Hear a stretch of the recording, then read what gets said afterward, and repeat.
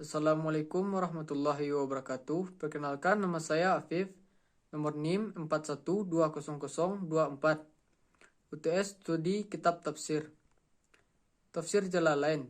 Kitab ini adalah karya dari Jalaluddin As-Suyuti dan Jalaluddin Al-Mahali.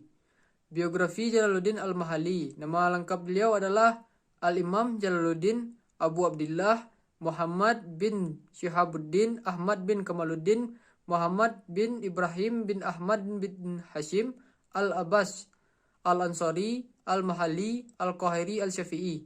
Beliau lahir di Kairo, Mesir tahun 791 Hijriah atau 1389 Masehi. Beliau dikenal dengan julukan Jalaluddin, yang berarti orang yang mempunyai keagungan dalam masalah agama.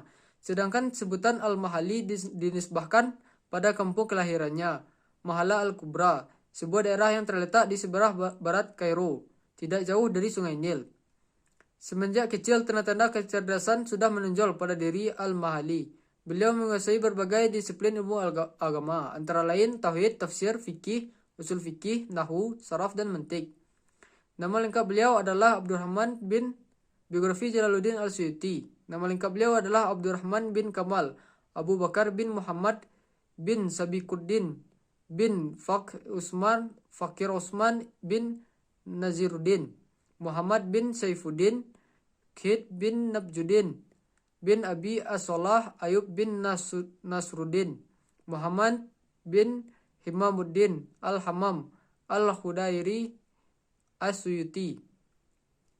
Beliau bergelar Jalaluddin dan biasa juga dipanggil Abu Fad. Namun di kemudian hari beliau lebih dikenal dengan nama As-Suyuti, yang dinisbahkan kepada tempat di mana ayahnya dilahirkan, di daerah Suyuti. Beliau adalah seorang ulama, hafiz hadis, musnid, muhakkik, dan cendekiawan muslim yang hidup pada abad ke-15 di Kairo, Mesir. As-Suyuti lahir pada Maghrib, malam Senin bulan Rajab 849 Hijriah. Beliau berasal dari lingkungan cendekiawan, sehingga sejak dini ayahnya selalu berusaha mengarahkannya menjadi ilmuwan dan orang solih. Sejak usia belia, beliau selalu diajak sang ayah menghadiri berbagai majelis ilmu. Latar belakang penulisan kitab Tafsir Jalalain.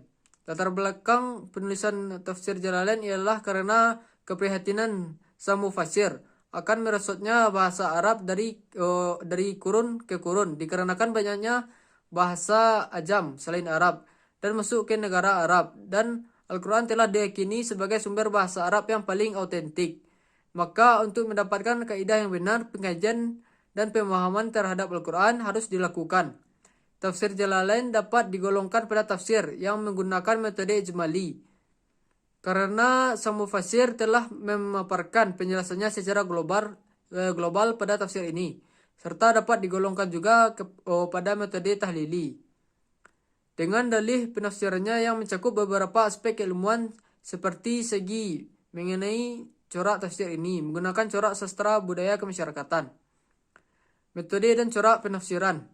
Cara penafsiran tafsir Jalalain disebut dengan metode tahlili, analisis, dengan corak tafsir bil ra'i, yaitu dengan menerangkan kata dari segi syarafnya, mengambil struktur katanya, menerangkan makna kata atau padanan kata jika dianggap belum dikenal atau mengandung makna khusus, dan menjelaskan fungsi kata, objek, predikat, dan lain-lain dalam kalimat. Salah satu contoh ketika pembahasan surah Al-Fajri ayat 22 diterangkan mengenai kedatangan Allah secara hakiki, namun disertai dengan kedatangan amruhu, perintahnya. Syekh Syarifur Rahman Al-Mubakfuri memberikan catatan bahwa ini adalah takwil yang menyelisihi metode salafus soleh.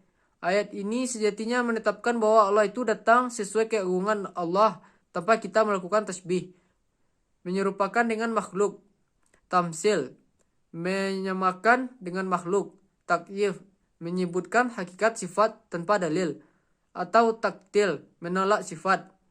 Lihat catatan kaki tafsir Al-Jalalain, taklid. Penilaian ulama mengenai tafsir Jalalain. Kelebihan kitab tafsir ini adalah tidak bertele-tele. Ini kitab tafsir ringkas. 2. Mudah dijangkau. 3. Menyebutkan pendapat yang rajih kuat dari berbagai pendapat yang ada. 4. sering menyebutkan sisi i'rab dan qiraat secara ringkas. 5. Para ulama banyak menelaah kitab tafsir ini dan bahkan ada yang memberikan catatan kaki juga penjelasan. Kekurangan kitab tafsir ini adalah: 1. Kitab tafsir ini memakai metode ahli takwil ketika mengkaji tafsir ayat sifat Allah. Ahli takwil mengubah maknanya tanpa ada dalil.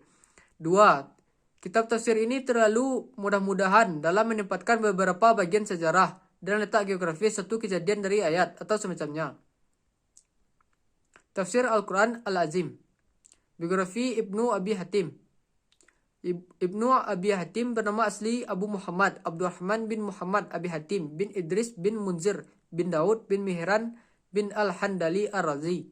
Lahir di Rai pada tahun 240 Hijriah yang bertepatan dengan tahun 845 Masehi dan wafat pada 327 Hijriah bertepatan dengan 938 Masehi. Dia tumbuh dan berkembang di bawah asuhan langsung sang ayah Abu Hatim 1900 Hijriah 277 Hijriah atau 811 Masehi 800 sampai 890 Masehi yang merupakan tokoh besar Islam di masanya, terutama dalam bidang hadis. Dia disebut sebagai seorang hafiz besar. Latar belakang penulisan kitab tafsir Al-Quran Al-Hazim. Penelitian ini berangkat dari pemikiran bahwa perkembangan tafsir dapat ditinjau dari sudut karakteristik penafsiran. Walaupun setiap mufasir mempunyai karakteristik yang berbeda-beda dalam perinciannya dengan mufasir yang lain. Begitupun halnya yang terjadi pada masa tabi'in yang masih memiliki pemikiran-pemikiran menjurus pada kepentingan yang dapat menguntungkan mufasir itu sendiri dari hasil penafsirannya saat itu. Tujuan dari penelitian ini adalah mengetahui karakteristik kitab tafsir Al-Quran Al-Azim. Karya Ibnu Abi Hatim Ar-Razi ditinjau dari sumber tafsirnya, metode tafsirnya, dan corak tafsirnya. Metode dan corak penelitian.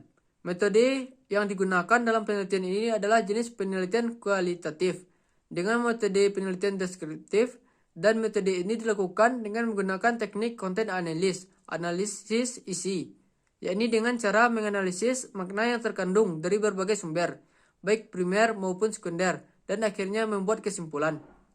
Baiklah, sekian dari saya. Terima kasih. Assalamualaikum warahmatullahi wabarakatuh.